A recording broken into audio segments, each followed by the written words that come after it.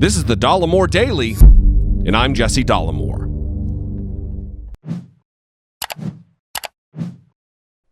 The Trump amusement park / propaganda outfit, better known as Fox News, in and of itself is a flaming dumpster fire of ignorance and stupidity, all of the time. But their crown jewel of dumb, Fox and Friends, sometimes offers up gems that are just too good to pass up. Yesterday morning was one of those days. As I discussed yesterday, the New York Times did some rock star reporting about the 10 years worth of Donald Trump's financial hard data which constitute his tax returns that are in the New York Times possession. Reporting about the $1.17 billion he squandered and lost year after year after year, all while putting himself out there as a business genius. In fact, in the midst of losing insane amounts of money due to terrible judgment, he had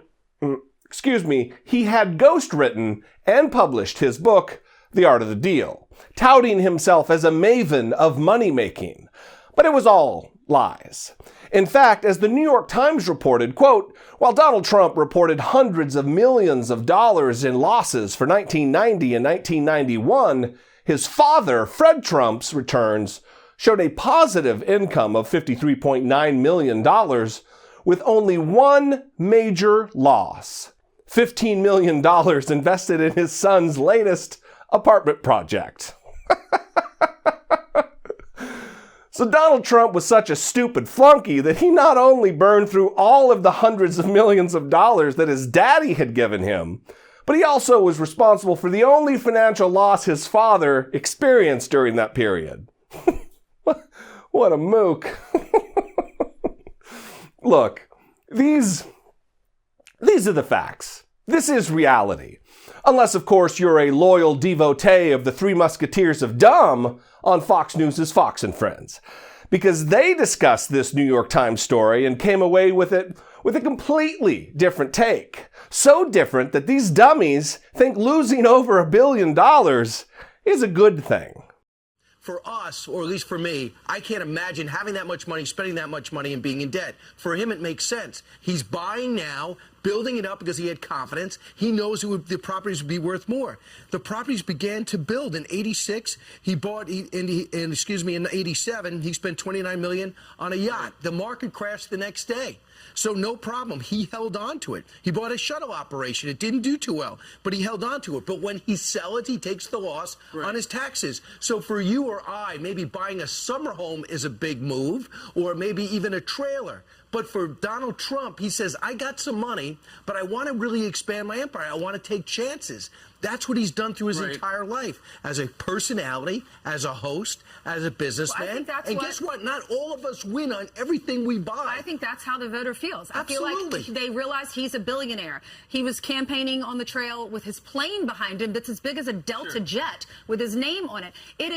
We can't even fathom that kind of money. So I'm sure that if you have that kind of money, you look at tax laws, you buy things to take a loss so that you make more the next year. But that's not how most of us think. So I think it's interesting to read this article. It's interesting to see that he had a $29 million boat, or that he had this. It's a big boat. Yeah, but I don't. First of all, what kind of child mind gets all swoony and votes for a dude just because he has a stupid plane with his own name on it? And also, these losses can't be looked at in isolation. They're not one-offs. This catastrophic loss of his and other people's money was shocking and historic. Listen to this piece from the New York Times podcast, The Daily, in which they discuss the gargantuan scale of the amounts of money Donald Trump, only due to being a terrible businessman, was able to lose. And keep in mind that when you lose money in a business, you can use that as sort of a credit against future income. You can earn that much money without paying any taxes on it for years to come.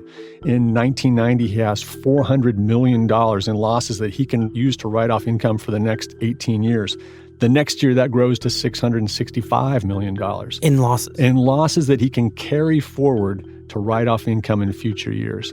And we know from our prior reporting on this that figure would continue to grow to almost $1 billion about 3 years later. And those losses were so big that by 1994, they accounted for 1.7% of all losses declared by individual taxpayers. I just want to wrap my head around this. His losses that year represent almost 2% of all losses in the entirety of the United States. Yeah, it's incredible. There's 114 plus million taxpayers, and his losses account for 1.7% of all the losses in America that year for individuals. That's how big it was. It's insane. Donald Trump's losses in some of these years totaled almost 2% of the total losses of income when counting for every taxpayer in the entire nation. But tell me again, Brian Kilmeade, how it's only because your guy is such a bold, avant-garde risk taker. Donald Trump is so bad at the same thing he claims to be a genius about that he is losing hundreds of millions of dollars year after year after year. But Ainsley Earhart thinks he's a pretty swell prez because of all of his big boat. Ugh. Look, I usually try to wrap up these videos with some kind of call to action or summation that is in some way, somehow inspiring. I got nothing on this one, though. These people are not just morons.